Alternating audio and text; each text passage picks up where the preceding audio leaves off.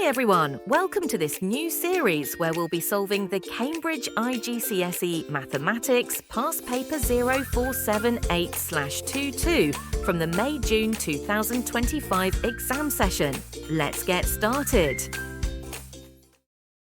Question number 1, Part A. Shade one more small square so that the diagram has one line of symmetry.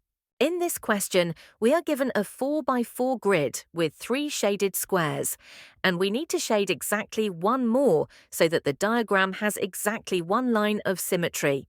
Let's test the possible symmetry lines: vertical, horizontal, and 2 diagonal lines.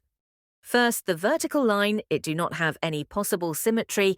Secondly, horizontal line also doesn't have any symmetry. Now, let's look at the diagonal lines. The left to right diagonal line have a symmetry option. If we look at the other diagonal line, it also has a symmetry option with the highlighted box. Both of these are the answers to this question. Great! We have answered the question. Thank you for watching.